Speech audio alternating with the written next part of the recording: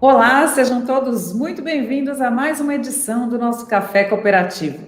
E hoje eu tenho um grande prazer de ter como convidada a Thelma Galete, superintendente da Confebras e uma grande amiga minha. E o assunto é equidade de gêneros. Não perca! Vê, roda a vinheta!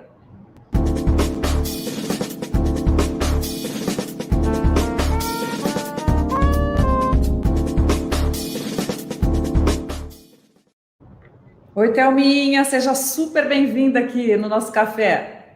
Obrigada, Thaís, obrigada pelo convite. É uma honra. Para a gente também. E como é que tá tudo aí? Confebras, a tua equipe? Confebras está bem, nós estamos nesse regime de home office desde o dia 18 de março. A equipe está desenvolvendo bem suas atividades. Foi um desafio no início, né, Thaís? Eu acho que para todas as organizações. Mas agora a gente conseguiu dar encaminhamento aos nossos projetos, mudamos algumas ordens de prioridade, né? Como, por exemplo, agora a gente está aí dando prioridade para o Confebras EAD, nesse momento aí de pandemia. Eu acho que, embora a gente tenha tendo aí uma infoxicação de conhecimento, né, muito grande de assuntos, a gente está aí trazendo um curso totalmente reformulado, acho que vocês vão gostar muito, conteúdo, design, e uma versão nova da plataforma Mundo.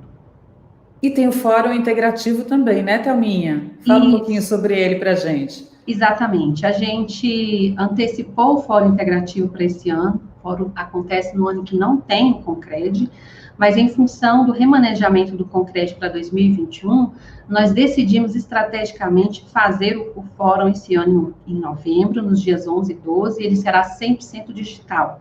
Então, eu conto com a participação de todos vocês. Nós já estamos divulgando as primeiras peças, né, do evento, e nós abriremos as inscrições aí, eu acho que em 2, 3 semanas, a gente já vai ter inscrições aí abertas para o público.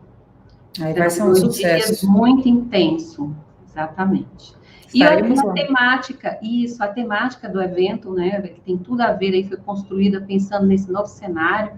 Então, o cooperativismo financeiro, o cooperativismo de crédito, com esse olhar para o novo futuro, né? Então, acho que formas cooperativas, elas têm ajudado, mas ela tem que pensar no presente, né, com esse olhar para o futuro e se preparar para essas mudanças.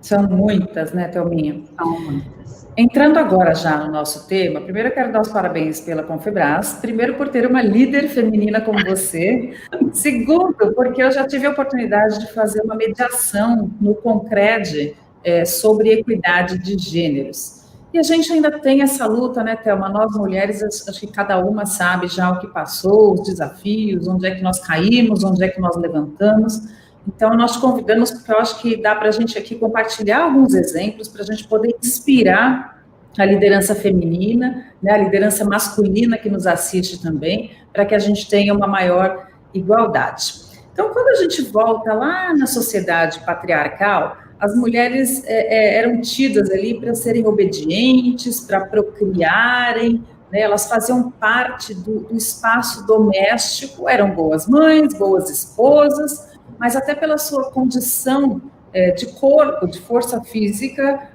menor, né, eram tidas como seres inferiores.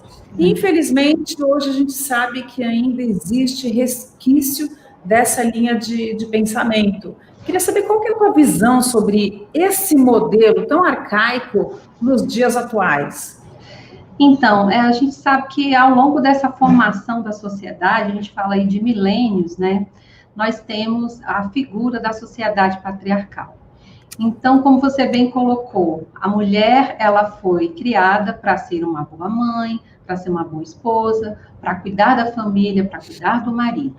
Tanto é que nesse período, e um pouco mais na frente, quando as mulheres começaram a criar movimentos, elas eram rotuladas como mulheres que não tinham sanidade mental. Por quê? Porque elas viam a possibilidade de ter diversas formas de contribuir, né, e de mostrar o potencial delas, mas a sociedade, ela não via a mulher de uma forma boa em relação a isso. Então, a mulher era rotulada. Então, digamos assim, é muito pejorativo, né? Mas, então, são estereótipos que foram criados desde lá atrás, onde a mulher naquela época, ela era simplesmente para casar, ter filho, e o pior ainda é que ela não, ela tinha que casar, né? Então, acho que você bem sabe disso, que não muito longe a gente escuta, fulana não se casou-se, porque ficou para titia, né? Então, a gente vê esses rótulos. E a sociedade patriarcal, realmente, ela tem esse grande esforço, né, de construir esses papéis, onde a mulher, daquela ocasião de muitos anos atrás até hoje, a gente tem resquício dessa sociedade, a gente vive isso, né? Existe uma discriminação ainda forte, né, Thelma? Eu acho que a gente poderia estar falando aqui sobre outros assuntos, né? Não sobre esse, mas infelizmente a gente ainda precisa provocar esse tipo de discussão, porque tem um resquício ainda muito forte dessa época, né? O que eu acho, né? A gente sabe que os movimentos que existiram, então, assim, nós tivemos ali alguns movimentos que a gente até entende que são ondas, né? Então, a primeira onda ali, final do século XIX, início do século XX, onde as mulheres lutaram pelo direito do voto, onde as mulheres lutaram pela escolha ou não do casamento. Olha, imagina, eu quero ou não me casar, eu quero ou não ter filhos, né? Eu quero, de fato, ter acesso à educação. Então, assim, eram escolhas tão difíceis, né? Mas que, ao mesmo tempo, as mulheres precisavam, de fato, lutar por isso. Então, vieram as ondas dos movimentos. Então, esse movimento na Inglaterra, nos Estados Unidos, depois a segunda onda, com foco mais para os Estados Unidos, que foram os movimentos das Panteras, o movimento hippie. Então, assim, onde nesse segundo movimento, já foi na década de 60, as mulheres, elas buscavam, de fato, optar por não ter filho, ter ou não ter filho. Então, eu acho que foi um dos pontos mais importantes desse segundo movimento, que foram evoluindo, né, e teve aí uma quebra de ruptura, né, a partir do final do século XIX, início do século XXI e os anos 60. Tem uma questão das mulheres não poderem ter nem RG, né, Thelma? A gente começa a pesquisar e se aprofundar, era como se fosse realmente muito inferior aos homens. E eu sinto que a gente tem uma luta, mas a gente precisa inspirar mais mulheres, porque nem sempre são os homens que não abrem portas. Eu acho que tem muito das mulheres também abandonarem esses projetos de carreira no caminho, porque a gente sabe que não é fácil, mas é possível, né? Então, a ideia aqui é a gente também encorajar mulheres que têm objetivo de liderança, principalmente no nosso país, para que entendam que, assim, com bastante força, com bastante garra, é possível, sim. Sim, é possível. Você falou muito bem. Eu vejo que muitas mulheres, isso no nosso próprio meio, não é diferente. Elas têm um potencial muito grande, mas às vezes falta elas acreditarem naquele potencial. Então, assim, tem um capital intelectual elevado, tem uma facilidade, tem ali o espírito de liderança. Às vezes é porque não tem oportunidade, ou às vezes são tímidas. Então, há sim a necessidade de serem desenvolvidas. Então, assim, a gente sabe quantas mulheres, Thaís, elas podem impulsionar o desenvolvimento de suas organizações. E nas instituições cooperativistas não é diferente, né? A gente vai, ao longo aqui da entrevista, mostrar alguns números, não só no Brasil, mas como no mundo, de o quanto as mulheres, elas são, assim, ferramentas mesmo de desenvolvimento, e quando eu falo, economicamente falando, é muito importante, é um percentual muito considerável. Então, as mulheres, elas têm que realmente acreditarem no potencial que cada uma tem, né? Que é esse potencial de poder contribuir dentro da sua organização, dentro da sua empresa, ou dentro... Tem mulheres que elas têm dificuldades até de tomar as rédeas dentro do próprio lar, né? Porque elas se sentem, de certa forma, coagidas, né? Então, assim, é um trabalho que eu acho que tem que ter uma mudança cultural, sim, tem que ter ajuda da população masculina, sim, mas as mulheres, elas precisam acreditar mais no potencial de cada uma delas. E se unirem, né, Thelma, eu sinto, porque essa pandemia colocou um holofote muito grande ainda para a questão da violência doméstica, para a questão da submissão da mulher, né? Então, eu acho que a gente tem que falar, tem que ter voz, tem que se unir, né? E tem muitos homens que apoiam. Eu tenho a felicidade de trabalhar numa cooperativa que me permite ser uma liderança feminina e você também aí na Confebras, mas a gente sabe que o sistema como um todo ainda tem muito, né, o que evoluir nesse quesito de equidade de gêneros. Agora, falando um pouquinho, pode falar, Thelma. Não, o quanto a gente vê, né, o percentual de mulheres nos cargos de direção das cooperativas, especialmente crédito, é muito pequeno. Você vê, a gente tem aí das nossas centrais, a gente tem a AIFA, né, que, salvo engano, ela é eleita, tem você, que é presidente também, mas se a gente for contar nos dedos, são pouquíssimas mulheres. Salvo engano, no sistema Sicredi, nós não temos nenhuma mulher presidente. Então, assim, realmente a gente precisa fazer um trabalho de mudança, e são políticas internas, né? Sim. Não tem como. E no sistema S nós temos uma. Uma. Bom, agora, falando um pouco de você, que é uma referência, né, na questão da liderança feminina, eu queria que você contasse para o pessoal que está assistindo um pouco da tua trajetória, o tempo que você está nesse caminho do cooperativismo, nessa busca por uma liderança reconhecida, e os seus desafios, as suas conquistas, para você compartilhar, para inspirar outras mulheres aqui. Tá certo. Então, digamos, a minha vida profissional comecei muito cedo, Thaís. Aos 18 anos, eu já tive a oportunidade de trabalhar com carteira fechada, naquela ocasião, uma subsidiária do Banco do Brasil. Então, não era fácil, né? Porque na minha equipe realmente tinha muitos homens. E com 3 anos, o que eu já estava na instituição, eu tive a oportunidade de assumir um cargo de liderança. E na minha equipe tinham homens que simplesmente tinham idade de ser meu pai, e que estava lá na subsidiária do Banco do Brasil, uma subsidiária que hoje não existe mais, que é a BBTU, ele estava lá há 20 anos. Então, imagine. Para ele, né, vou falar para você exatamente como ele falava, eu era uma pirralha. Como é que ele ia receber ordem de uma pirralha? Então, assim, foi bem complicado nessa época, mas eu gosto de trazer esse exemplo aqui para vocês, porque, veja, eu era da área financeira junto com ele, né? E aí eu ajudava ele a fechar os movimentos.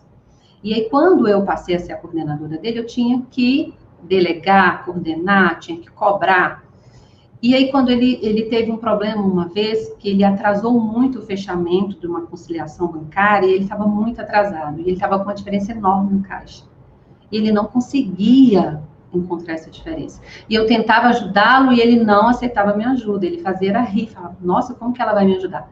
Eu sei que ele tinha uns 2, 3 dias com essa diferença e eu pedi para ele, falei, olha, eu vou te ajudar. Ele falou, não, você não tem a capacidade. Eu falei, me dá 2 horas para eu te ajudar, que eu vou achar a sua diferença. E isso foi o que aconteceu. A partir dali, ele passou a me respeitar, sabe? Ele não me chamava mais de pirralha, ele realmente falou, não é porque ela é jovem, é porque ela é mulher, que ela não pode me ajudar. Então, assim, a partir dali, ele me ajudou também a mudar muita coisa no setor, porque ele já estava ali há muito tempo, né? E eu trouxe uma ideia nova, fiquei nessa subsidiária 10 anos. E a gente se tornou grandes amigos, né? Então, assim, foi bem difícil, porque todo esse período que eu estou te falando não foi uma semana, 2, foram meses, né? Uhum. Então, assim, foi muito difícil. E quando eu saí dessa subsidiária, eu fui para a Confebras. Tive a oportunidade de vir para a Confebras. A Confebras, ela, como você sabe, sempre foi uma instituição muito enxuta, mas naquela ocasião, nos anos de 2000, 2001, ela era mais enxuta ainda. A gente tinha um número de filiadas muito pequeno na época, salvo engano, 8 ou 9. Na ocasião, o conselho, a diretoria apostou muito num curso chamado Curso Básico de Cooperativismo. Então, naquela época, o curso era à distância, mas era modular. Então, imagine, eu cheguei, não tinha, né, um recurso legal para eu poder implementar projetos, e eu tinha ali um desafio que era fazer com que a Confederação vendesse 45 mil cursos de cooperativismo. E era o primeiro curso de cooperativismo à distância, o primeiro curso de cooperativismo à distância no Brasil. E foi um desafio muito grande, né, com a equipe pequena, e aí fizemos campanha, vendemos os cursos, conseguimos ali aumentar a equipe. Você sabe que no ano de 2006, 2004, foi o primeiro ano em que eu, de fato, consegui realizar o Concred, eu, né, com a minha equipe, porque até então a Confebras tinha a coparticipação de filiadas. Então, a gente pegou, né, quando eu entrei, falei, não, a gente é capaz de realizar esse evento, tornar esse evento um grande evento do cooperativismo. Foi desafiador, foi. Então, a primeira edição do Concred que eu realizei, ela foi em Cuiabá, né? Naquela ocasião, a gente conseguiu trazer um número bem grande de pessoas, mas ainda não tivemos o retorno financeiro esperado. E, a partir dali, o evento foi crescendo, tomando uma magnitude muito grande. Então, assim, eu, para te falar a verdade, já realizei o Concred ligando para patrocinador e falando, por favor, adianta o patrocínio para eu pagar o aluguel do espaço. Uhum. Hoje não mais, né? Hoje a gente recebe, desde o início do ano, ligações de empresas querendo patrocinar o evento. Então, foi a qualidade que a gente conseguiu ao longo dos anos, né? Foi um esforço da equipe muito grande, a gente acreditou e a gente acredita. Então, hoje a Confebras tem esse evento que eu coloco como, assim, um dos meus eventos preferidos, um dos eventos preferidos, dos produtos preferidos da Confebras, que a gente vê muito resultado, não só resultado financeiro, mas resultado mesmo de qualidade, a gente vê De debate, né, Thelma, assim, são incríveis a qualidade dos debates, dos palestrantes, dos temas, a organização, e eu sempre falo isso para o meu conselho, eu falo, como é que a Confebras, com uma equipe tão pequena, consegue fazer quase um milagre ali, né, nessa questão de organização de eventos de quase 2.000 pessoas. É uma equipe pequena, mas é uma equipe muito comprometida, arregaça mesmo a manga e faz acontecer.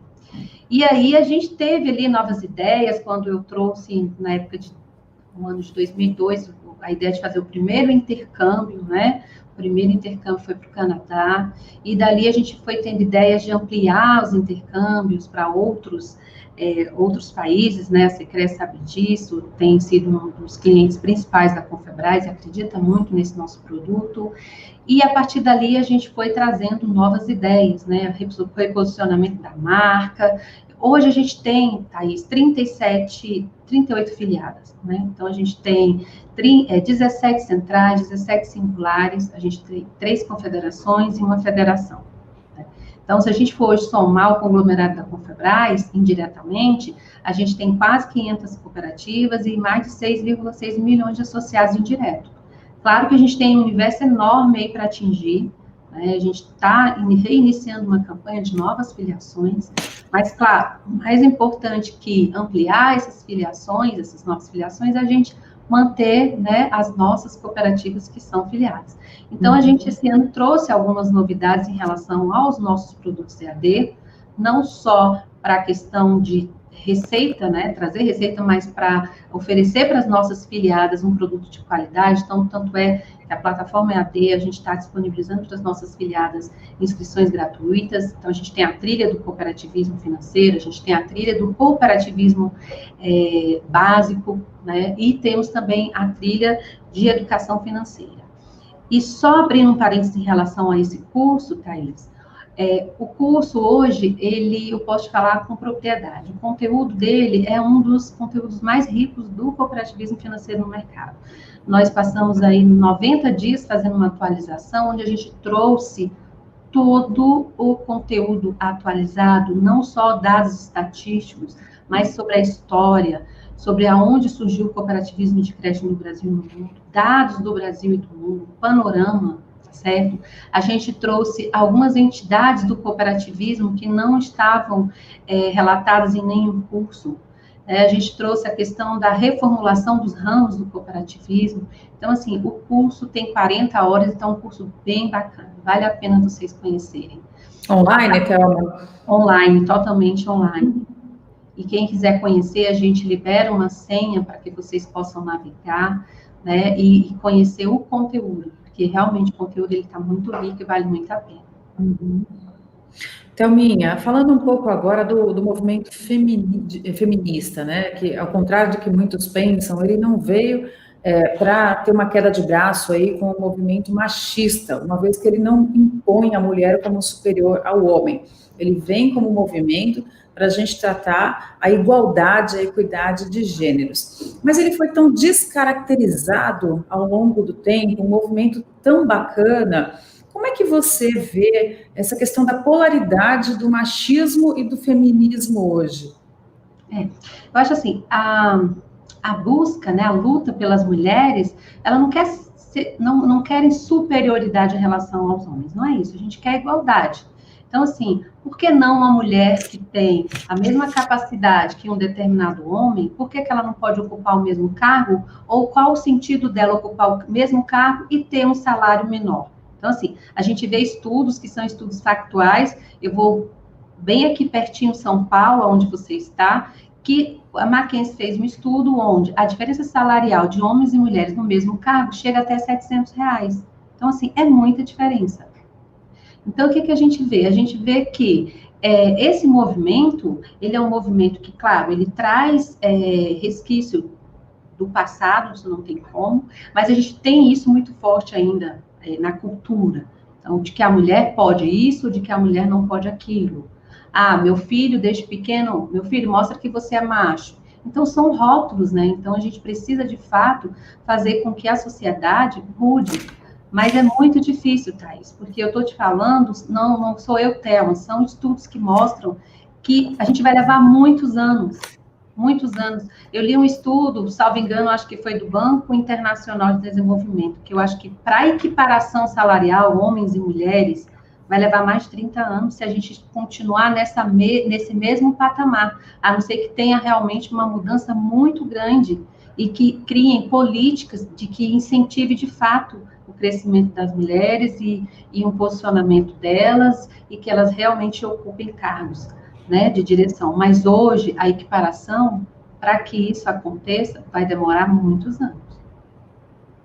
É muito tempo, né, Thelma? E eu sempre defendo uma questão de competência, independente de gênero, né? Então, assim, por que tem essa diferença se a gente está falando aqui só de entrega de trabalho, de qualidade, né? É uma questão, assim, da gente ficar muito, nós mulheres, principalmente, até indignadas, né? Quando você fala que vai demorar 30 anos, é uma coisa que a gente precisa provocar mais discussões como essa, precisam existir políticas, e políticas legais, não são políticas de cotas, mas políticas que vão dar preferência, né, para o público excluído. Então, no Cicobi Secresce, a gente está fazendo agora uma leva de contratações, e eu tenho conversado muito com o RH.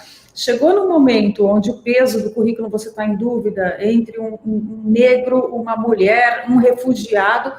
Vamos acolher os excluídos, porque é só assim que a gente vai conseguir efetivamente deixar essa diversidade, porque é tudo muito bonitinho na teoria, né, Thelma? Empoderamento feminino, super na moda. Mas na prática, o que a gente vê mesmo são as empresas fazendo as mesmas coisas de sempre, com uma evolução muito ainda tímida, né? Aí você fala de 30 anos, assim, o que a gente consegue fazer para acelerar cada um de nós no seu papel, no seu cargo, para a gente conseguir se abrir para a diversidade, para pessoas com necessidades especiais, negros. Eu estou aqui falando não só da mulher, né? A gente não tem hoje a mulher, mas assim, existe um universo aí com muita capacidade de entrega, com muita competência, excluído. E a gente começou a evoluir um pouco, e a gente vê que tem agências agora específicas e headhunters específicos para integrar esses excluídos, né, nos processos de trabalho.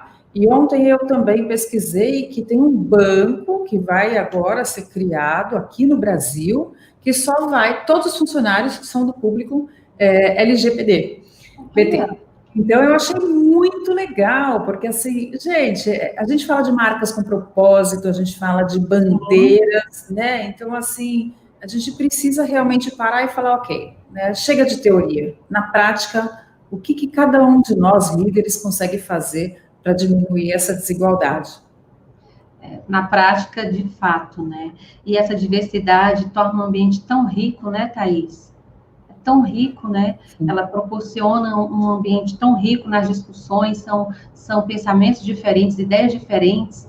Eu falo também do público jovem, né? A gente também é jovem, mas eu falo do público mais jovem ainda, quando vem com uma ideia, você fala, nossa, olha que bacana, mas você também ter essa maturidade para parar, ouvi-lo, né?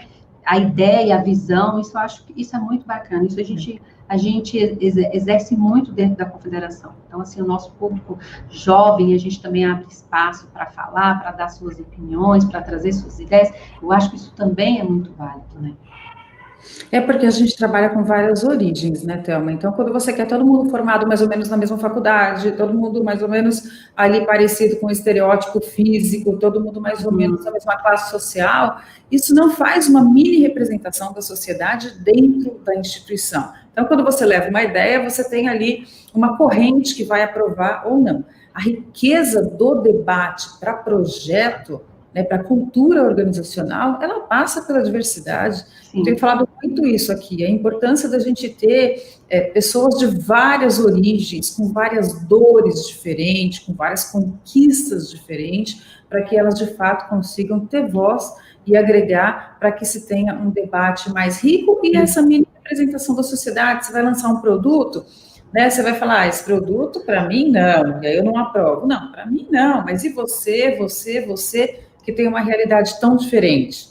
Né? Então, é assim que as empresas vão conseguir ir para frente, pensando assim, é um país continental, né? É um país de diversidade, é um país que tem portas abertas e fronteiras abertas aqui para todas as pessoas, só que as empresas não têm uma coerência com a cultura do país. É verdade, é verdade.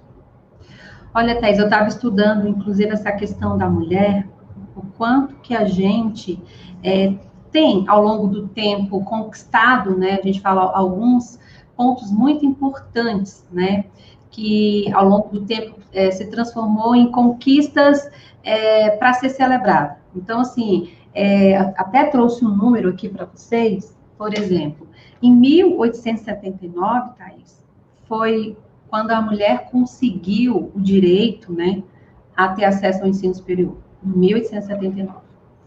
Aí depois, em 1934, foi quando a mulher, ela conseguiu o direito a voto, veja. Depois, em 1985, a gente teve a criação da primeira delegacia da mulher. Em 1996, foi quando a gente teve a conquista da lei de cotas para a candidatura de mulheres.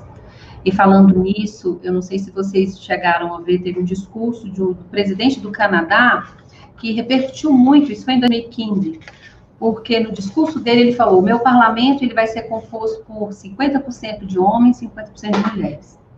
E aí ele foi bombardeado de perguntas, por que ele tinha decidido essa divisão? E ele disse, eu simplesmente vou responder, simplesmente porque estamos em 2015. Então, achei muito legal isso, né? Então, a nível global, essa consciência.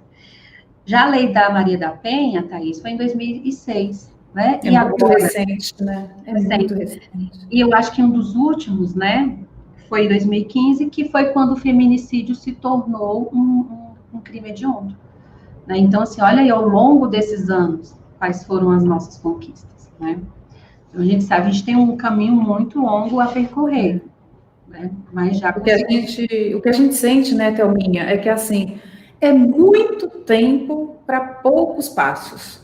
E os passos que a gente está falando aqui, né, voto, delegacia da mulher, feminicídio, quer dizer, são coisas básico, assim, né? É muito básico, né? Para você falar, você está falando aí de 1800, né? Então assim, quanto que de verdade avançou? Nada, porque tudo isso que avançou é básico demais, é só para a gente ter dignidade.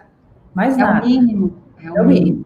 É o mínimo de respeito, né? O mínimo para a gente poder sobreviver com mais respeito, né? Agora, isso mesmo é muito pouco, Thelma. É muito tempo para muito pouco avanço. E o quanto que a gente pode contribuir, né, Thaís? O quanto que as mulheres podem contribuir, né, no impulso da economia, né? Não só nacional, mas globalmente falando. Não sou eu que estou dizendo, são estudos. Chega a ser 13 trilhões no PIB, se a gente aumentar a força de venda, a força de trabalho das mulheres.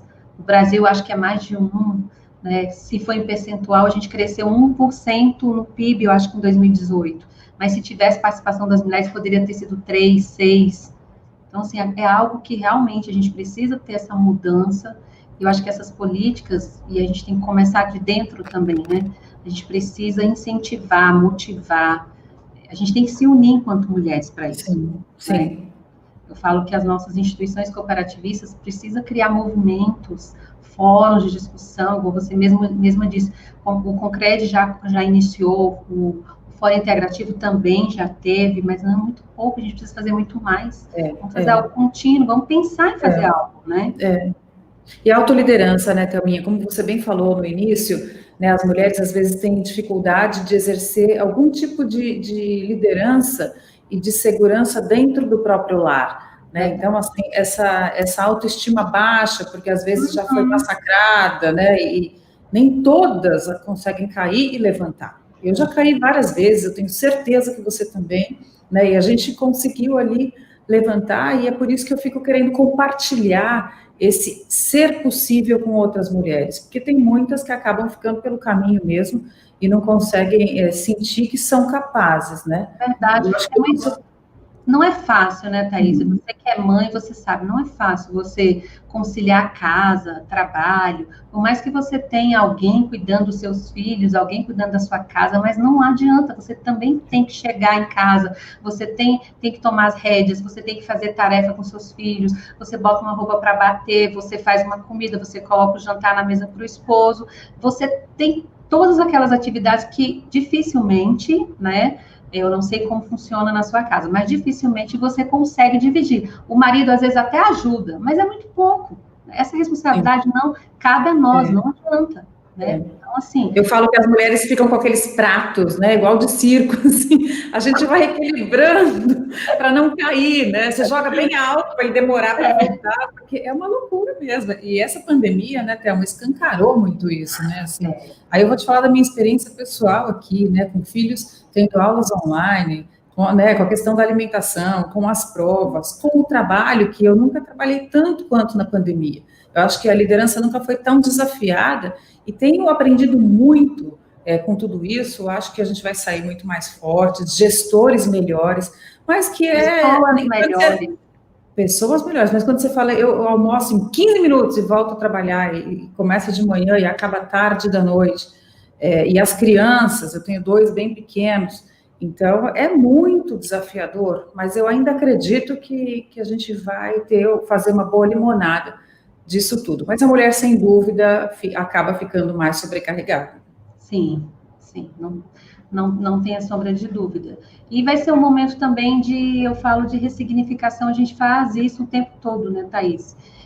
Thelma, eu tive muita dificuldade no começo, sabe? Por quê? Porque meu esposo falava, Thelma, pelo amor de Deus, são 9, 10 horas da noite, mas eu não consegui terminar de responder meus e-mails, porque, assim, eram muitas ligações, eram muitas reuniões, acho que a equipe toda teve uma certa dificuldade de se adaptar ao home office, hoje não mais, mas a gente realmente trabalha 2, 3 vezes mais, mas, claro, aí você vai buscar ferramentas de planejamento, igual a gente está trabalhando no Planner, que ajuda muito ali no fluxo das atividades e do controle das atividades, isso tem ajudado realmente muito, mas o fato é que você trabalha mais, muito mais. Sim. Então, dá o final do dia, você ainda tem atividade para fazer, e porque você está em casa, você acaba, às vezes, 6, 6h30 tomando banho e voltando para o computador. Né? Eu acho não acaba, né, Thelma? Não acaba. E você não tem horário para nada, né?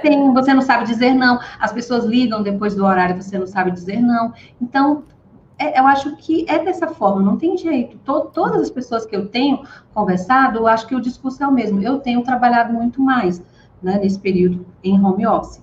Mas realmente é assim. E a gente está numa fase de desafios, né? Então, assim, por exemplo, a Confebras, ela está criando vários produtos, está criando... Eu falo que a gente está conjugando literalmente o verbo reinventar de todas as formas, porque a gente tem que realmente criar novos produtos.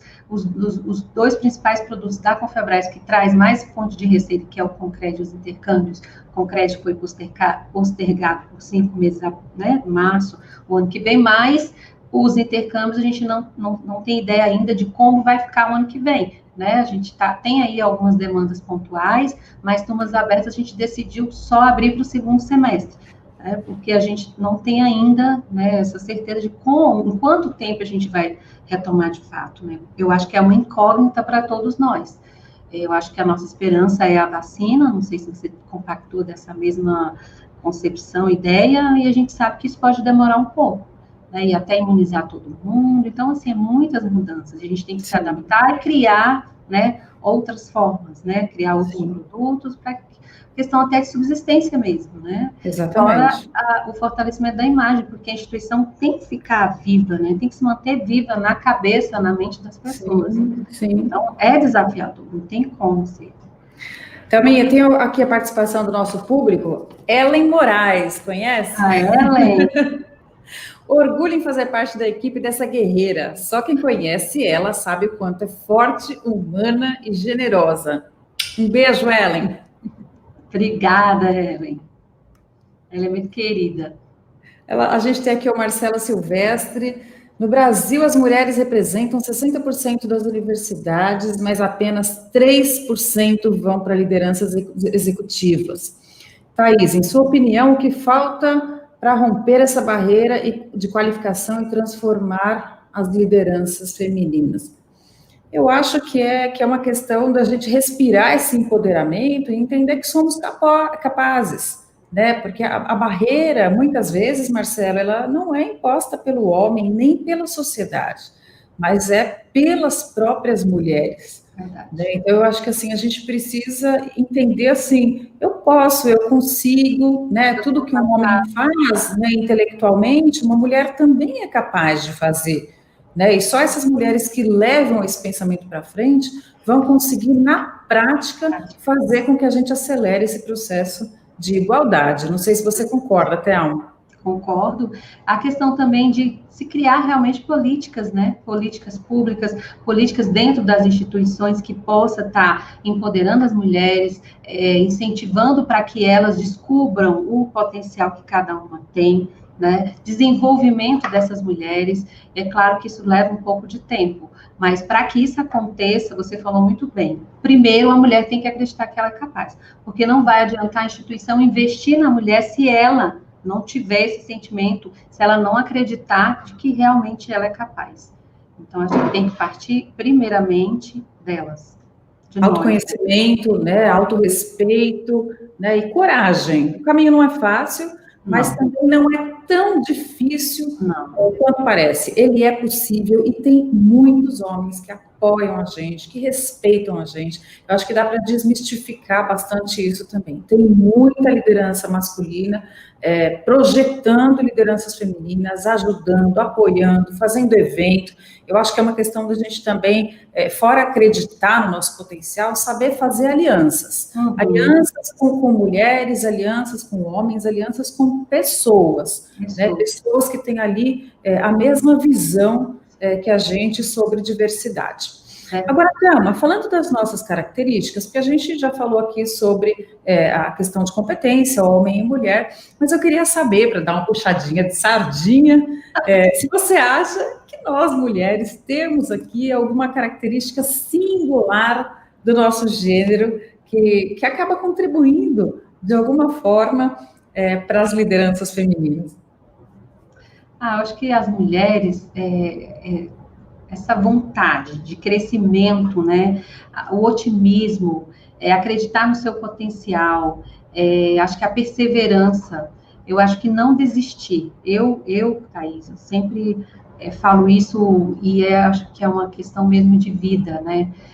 Às vezes a gente está ali num momento tão difícil, né? Vem ali os turbilhões, a gente fala, vem o vento muito forte, mas a gente tem que realmente sempre acreditar, confiar. Eu acho que a fé, se manter de pé. E, claro, a gente tem que fazer a nossa parte. Eu falo que nada cai do céu. Então, assim, se a mulher quer conquistar um determinado cargo, uma determinada posição, se ela quer mudança, eu acho que ela tem que buscar. Então, ela tem que buscar conhecimento, ela tem que estudar. Né? A gente sabe que não é fácil, a gente tem que dividir, né, o tempo, né, das atividades do lar com o profissional, mas você tem que estar numa busca constante por novos conhecimentos. Então, você tem que realmente buscar e fazer isso acontecer. Então, esse otimismo, essa busca, essa perseverança, não desistir, eu acho que são atributos que a mulher ela tem que se manter vivo nela, né? Eu penso dessa forma. Eu acho que é assim que a gente consegue chegar lá, né? E assim que a gente força, tem que conseguir. Né? Exatamente. E a mulher tem, né, Thelma, eu acho que uma habilidade da intuição, da sensibilidade, somos empatas, né? A gente sabe se colocar bem no lugar do outro. Então, acho que tudo isso o homem tem, mas cada um tem na sua medida, e o homem também tem características mais relevantes do que a mulher. Mas eu acho que a união, ninguém melhor, ninguém pior, mas a união é o que se completa, é o yin e o yang, ele faz né, uma balança boa para a gestão, né? A gente se complementa, a verdade é essa, não tem ninguém melhor nem pior. Verdade. Eu falo assim, Thaís, a gente tem que buscar o equilíbrio, né? Então, assim, falando um pouquinho aí de coach, a gente tem ali a roda da vida, que ela é dividida em 6 partes, e a gente tem que buscar esse equilíbrio, o profissional com o pessoal, o religioso, a família, e essa roda tem que girar. Então, a gente tem que saber também buscar esse equilíbrio, porque senão falta de um lado, pesa do outro, e você, de alguma forma, peca, né? Sim. Buscar o equilíbrio não é fácil, é um exercício diário, né? Porque, às vezes, a gente também peca, opa, não é por aqui, eu acho que as minhas relações com os meus amigos estão ficando de lado, eu estou trabalhando muito, estou esquecendo, né? Então, a gente tem que ali estar sempre buscando esse equilíbrio. E eu acho que esse equilíbrio é que realmente nos mantém forte de pé. Então, eu sempre coloco como exemplo essa roda da vida, que a gente tem que girar de forma equilibrada. E está sempre buscando esse equilíbrio constante de forma contínua. Teu exemplo foi ótimo, porque eu, como coach também, eu adoro fazer a pergunta assim, ó, a sua roda roda? Roda. Porque se a sua roda não rodar, a vida não está rodando, né? Ela vai quadrada, então ela tem que girar, e o que dá o giro realmente é o equilíbrio. Eu queria agradecer aqui um comentário, Thelma, do nosso Eduardo Sheiker, que é o nosso conselheiro fiscal, e ele está elogiando aqui o nosso conteúdo e dizendo que é uma discussão muito necessária nos dias de hoje. Para a gente ver aqui o quanto que, ó, tem Ivan Sobral, que é nosso conselheiro também, parabéns pelo tema trabalhado, ele é atual, moderno, precisa ser compartilhado com toda a sociedade. E eu fico muito feliz e orgulhosa de ter aqui meus conselheiros de administração e fiscal tão engajados. Estão engajados. Isso é uma grande oportunidade. E falando ainda do nosso segmento, como é que a Confebras, que tem uma grande líder feminina, enxerga que as cooperativas podem acelerar esse processo de inclusão, uma vez que é um dos nossos pilares, né, Thelma? A inclusão. Eu vejo o seguinte, incentivar a realização de eventos internos, eventos externos, fazer com que os líderes, né, da instituição participem, porque, veja, Thaís, é importante quando a gente fizer essas discussões, a gente inclua, né, os homens, porque fazer um evento para discutir igualdade de gênero, equidade de gênero, eu acho que os homens, eles têm que estar ali contidos, até porque a gente precisa passar ali o recado para eles, e eles têm que comprar a ideia. Então, assim, desenvolver eventos, fazer ações onde os homens possam estar participando, tendo um momento de reflexão de quanto o papel da mulher pode ser importante para o desenvolvimento da instituição, criar políticas internas, como é que eu posso ali valorizar a mulher, né? Quais são os pré-requisitos, igual você falou, eu estou ali no processo de seleção, eu tenho homens e tenho mulheres, e muitas das vezes a gente vê que instituições, as mulheres têm até um currículo melhor do que os homens, mas porque ela é mulher e tem um filho, opa, eu já não vou optar por ela. Então, assim, é um trabalho que eu falo que vai ser moroso, sim, mas a gente tem que fazer algo logo.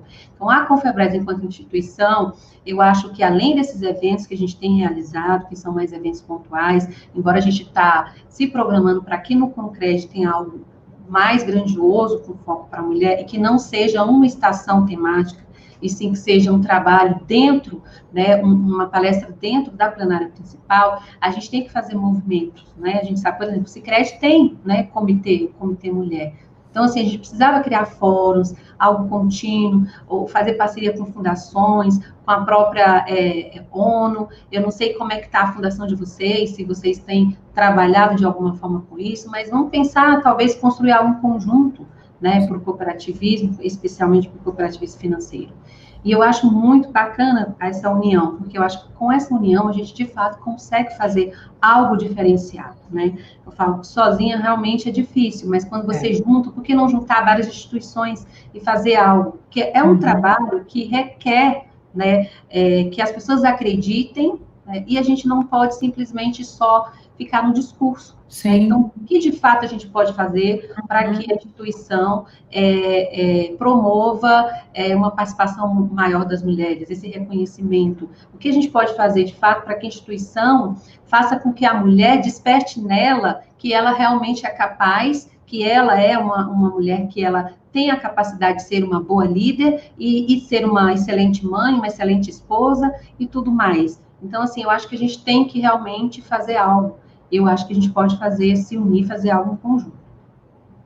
E a gente sabe que no começo dessa evolução toda, né, Thelminha, infelizmente a gente tem que falar de cota, a gente tem que falar de eventos com premiação, porque de alguma forma essas coisas acabam virando motor para que se abra uma vontade política ali e dos dirigentes para que se consiga chegar no patamar melhor da equidade. E depois isso está virando um processo cultural e já mais natural.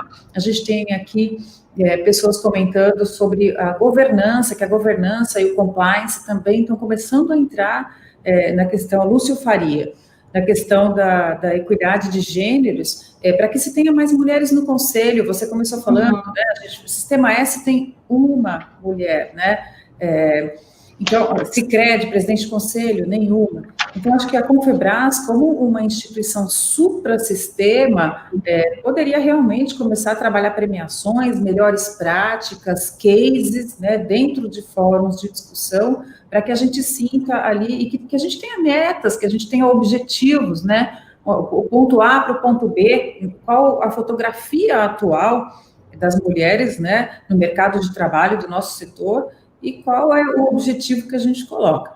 Dentro disso, a gente tem aqui uma pergunta do Bibo, nosso presidente, que te deixa um grande abraço para você. Um grande abraço para ele também. E o Bibo gosta muito desse tipo de debate, adorou quando eu mandei para ele a nossa pauta, e ele coloca aqui, como é que você vê o papel da mulher no desenvolvimento econômico de uma forma global? Boa pergunta. Então, a mulher, ela consideravelmente, ela pode impulsionar esse crescimento global, né? A nível nacional, a nível global, a gente tem diversos estudos, onde se a gente conseguisse, se o país conseguir implementar ações onde mulheres, né, aumente a força de trabalho com mulheres, cresce 50%, 20%, isso daí não sou eu que estou dizendo, é fato. Para vocês terem uma ideia, e complementando essa colocação para o Bibo, a gente teve um exemplo muito forte do Japão, né? O Japão, ele estava tendo um encolhimento considerável, né, da população, e aí uma das estratégias que o Japão nunca havia incentivado a participação de mulheres, né, no mercado de trabalho foi, vamos trazer as mulheres para o mercado de trabalho. Então, o estudo que eles fizeram, após, né, a inserção das mulheres nesse mercado de trabalho, é que o percentual que elas trouxeram de acréscimo em 2 anos, que foi 62%, foi maior do que a estatística anterior de 8 anos, sem a participação das mulheres, que havia sido de 60%. Então, isso é muito importante, a questão da participação das mulheres, como eu havia dito, né? A equidade de gênero, ela pode acrescentar até 12 trilhões de dólares no PIB, né? Isso é mundial. E no Brasil, ela pode acrescentar até 1 trilhão para a América Latina, até isso, se a gente for olhar no horizonte, até 2025. Então, olha o quanto as mulheres podem, né, impulsionar, podem incrementar, né, a economia. É claro que a gente precisa realmente trabalhar essas políticas. E eu trouxe aqui um dado, ó, o Brasil, ele ocupa a 85ª colocação na escala de desigualdade de gênero, isso falando mundialmente, né? E olha uma curiosidade, se nós continuássemos nesse ritmo, né, de equiparação, Sabe quando aconteceria de desigualdade? Sabe quando aconteceria essa equiparação salarial de homens e mulheres? Em 2085. Não dá, é muito tempo, né? É um atraso para a economia até. Isso é. E ainda falando em nível, um dado mundial, Bibo, veja, o BID, ele trouxe uma pesquisa que de 173 países, veja, 173, 90% deles ainda tem pelo menos uma lei discriminatória contra as mulheres. Isso não é triste? A gente está no século XXI, isso não está acontecendo? Então, assim, o quanto a mulher pode contribuir para o crescimento econômico, isso é fato. A equidade de gênero, ela pode acrescentar trilhões. Nós temos uma referência, né, do presidente do Canadá, que fez aquele discurso, né, que colocou 50% de mulheres no parlamento, e ele foi muito questionado, e a resposta dele foi simplesmente, estamos no ano de 2015. Então, realmente, é isso. As mulheres, elas podem, sim, considerar um incremento bem considerável aí no PIB, na economia. E a gente falando mais de forma técnica, né, Thaís? Acho que é até um assunto que a gente poderia, talvez, trazer um estudo mais mercadológico, né, com foco, a gente sairia um pouco da história, né, dessa questão desde o início da história da mulher com a sociedade patriarcal, essas dificuldades que ela vem passando, e a gente poderia trazer um estudo da igualdade de gênero, o impacto da mulher no mercado de trabalho e na economia global. A gente sair um pouco, a gente pode fazer uma outra live, Calminha, saindo um pouco do passado, porque hoje a gente está contextualizando aqui a história, mas pensando presente e futuro, né? Que ações a gente pode ter para acelerar esse crescimento? Porque, assim, a gente está na agenda da ONU 2020-2030, no quinto princípio do eixo da ODS, que é a equidade de gêneros, porque a ONU já viu que o que leva a um crescimento sustentável para a sociedade, uma melhor qualidade de vida, é a equidade de gêneros. Mas a agenda da ONU é 2020-2030, então tem aí 30 para que se chegue no objetivo que ela colocou. Por conta da pandemia, tem várias ODS que estão sendo revisadas e que a agenda não está sendo cumprida, então eu acho que essa de 2030, a ONU ainda vai esticar por algum tempo. Então, o que você acha, Thelma, que a gente poderia fazer para que as empresas possam, independente de ser uma agenda da ONU ou uma ODS, acelerar esse processo de crescimento, para que ele não seja tão orgânico, para que ele tenha ali realmente uma intenção de igualdade maior?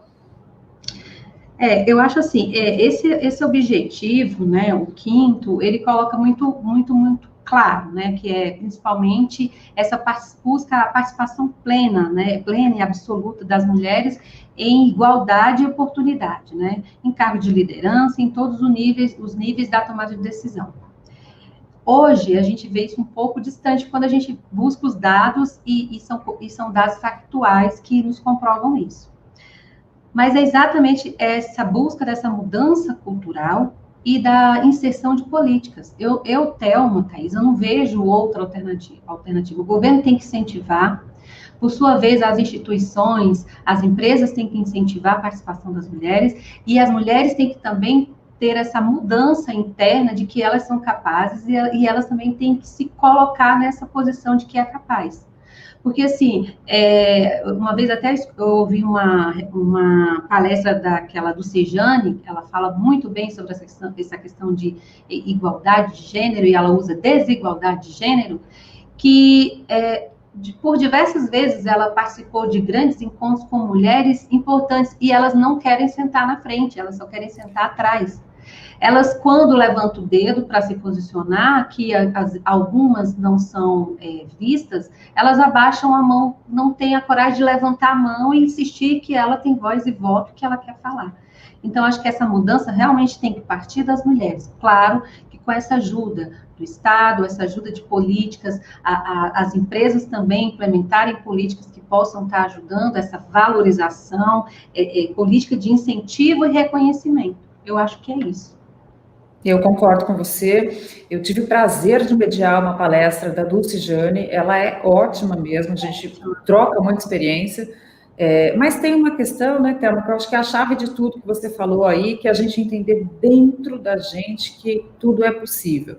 Porque a gente vê até acho que tudo começaria no poder público, e a gente vê que os partidos políticos já estão buscando mulheres e fazendo captação, e tem o objetivo de ter um percentual aí, eu não lembro agora qual é esse percentual, de candidatas mulheres. Porque eu acho que quando a gente vai para o poder público, né, para esses cargos, você acaba cascateando ali uma questão dessas mulheres defenderem ali, dentro do setor, a importância de ter líderes femininas, começando com o exemplo dentro dos partidos. Verdade. E hoje a gente tem poucas, salvo engano, é cerca de 20 a 23% de mulheres que ocupam cargos dentro do parlamento, isso no Brasil. Então, realmente, ainda foi muito menor, mas hoje ainda é pequeno, a gente precisa buscar essa ampliação. E a gente não vê... Perdão. Não, pode falar. E a gente vê esse percentual pequeno também dentro do cooperativismo financeiro, né? Como a gente já colocou aqui. Sim. Agora, dentro dos cargos públicos, né, Thelma, eu acho que as mulheres se empoderarem, elas vão acabar puxando muito isso e trabalhando com a inspiração pelos próprios cases, né? Thelminha, caminhando para o final, infelizmente, o papo tá bom, eu acho que eu adorei essa proposta da gente voltar, né? A gente já falou bastante de passado e de fotografia do presente. Então, eu vou deixar o convite aberto aqui para você voltar e a gente falar assim, presente e futuro. Eu entendo a Confebras como uma instituição, assim, fundamental no sistema cooperativo brasileiro, é suprassistema e isso é maravilhoso, e entendo que vocês têm aí nas mãos uma possibilidade de provocar essas discussões, e eu queria que vocês soubessem que pode contar com o Cicobi Secres para esse tipo de discussão e para tudo que vocês precisarem. Uma última pergunta aqui que eu te faço é o que você diria para as mulheres que querem ser líderes e ter sucesso em suas carreiras, se baseando pela tua jornada? Sim, primeiro, acreditar em si mesma, né? Elas têm que acreditar. Segundo, fazer o seu papel, porque tem que buscar conhecimento, por mais que seja difícil chegar em casa e dividir casa, horário para estudar, se não dá para estudar presencial, vai estudar virtualmente, principalmente agora nesse período não tem como, conhecimento nunca é demais, né? Eu falo que a gente tem sim vivido aí uma onda de infoxicação de conteúdo, né? A gente tem aí muita coisa, é claro que cabe a cada uma de nós selecionar ali o que é melhor, mas é isso, primeiro acreditar e fazer a sua parte. Buscar, né? E quando tiver uma opinião, que defenda a sua opinião, né? A não ser que realmente te convençam que você está errada. Mas se você acreditar naquilo, não deixe de defender. Porque eu acho que as mulheres, elas têm também muito essa dificuldade de expressar, né, a sua opinião, de defender a sua opinião, e depois elas ficam, nossa, por que eu não continuei? Por que eu não falei? Eu estava certo. Não tenham medo. Eu acho que a gente, que é mulher, a maioria das mulheres, ela tem dificuldade realmente de se expressar, principalmente quando elas estão ali no meio onde o grupo maior, né, formado por homens. Mas é isso, eu acho que a gente tem que primeiro acreditar, a gente tem que buscar, a gente tem que fazer a nossa parte, conciliar, buscar esse equilíbrio da vida, da roda, a roda tem que girar, né? Então, a gente tem que buscar o equilíbrio profissional, o religioso, o profissional, o matrimonial, tudo a gente tem que ter esse equilíbrio. E aí a gente consegue, digamos, alcançar essa satisfação plena em todas as áreas, que não é fácil, né? Mas que requer esse sacrifício, mas que no final é tão gratificante, né, Thaís? Quando a gente vê que tudo está funcionando, que a roda está girando, que aquele propósito foi conquistado, que aquele sonho que era tão difícil. Olha, hoje eu ouço assim, muitas pessoas perguntarem para mim, tá, como deve ser difícil você conciliar a sua vida com Febras, que realmente requer muito, né, de você, ter uma filha especial, que não é fácil mesmo. E como é que você concilia tudo? Primeiro, eu te falo com toda sinceridade, tem que ter perseverança, a gente tem que ter fé, a gente tem que ser forte, não é qualquer coisa que abale a gente, porque não é fácil, a gente vive numa, né, altos e baixos, a gente que tem filho especial não é fácil, Para vocês terem ideia, eu já compartilhei com a Thaís, a Vitória teve Covid, superou uma Covid, né? Vitória com 10 anos, acamada, com uma doença de base respiratória, teve Covid e superou a Covid. E a gente tem que estar sempre bem para que eles também enxerguem que a gente está bem, para a gente passar energia positiva, sabe? Porque por mais que eles, o mundo julga, não fala, não sabe, não, mas ela fala, ela entende tudo, né? O mundo julga não saber nada, mas ela entende tudo. É incrível. E aí a gente tem que estar sempre forte para eles, né?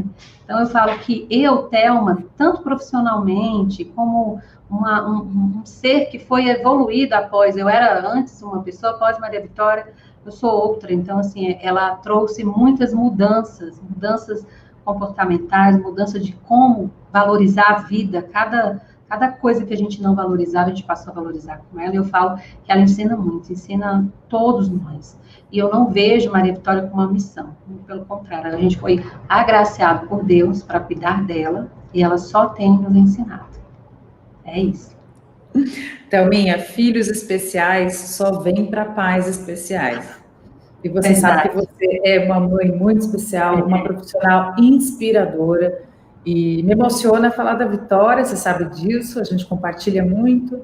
E eu acho que as mulheres precisam acreditar que tudo que um ser humano é capaz de fazer, o outro também é, independente do gênero que veio para esse mundo. Que é uma viagem, né? Nós somos almas e a alma não tem gênero, né? Então eu quero super te agradecer, puxar um brinde aqui de café com você, do nosso café cooperativo.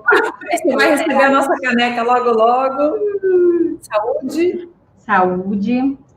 Que a gente possa, a gente sabe dos nossos desafios, né, Thelminha, mas a gente sabe que você, eu e tantas mulheres líderes, nem sempre líderes reconhecidas, líderes às vezes da própria história, fazem história, né? Então é isso que é o nosso combustível para a gente seguir em frente. Eu agradeço a todos vocês que ficaram com a gente até agora. Eu acho que hoje a gente teve um café bastante reflexivo, que a gente possa pensar dentro de cada mundinho nosso, o que eu, como ser humano, posso fazer para diminuir essa desigualdade e melhorar a nossa justiça social. Thelma, beijo para você e para a sua equipe, que eu amo de paixão. Muito obrigada. Sinta-se abraçada.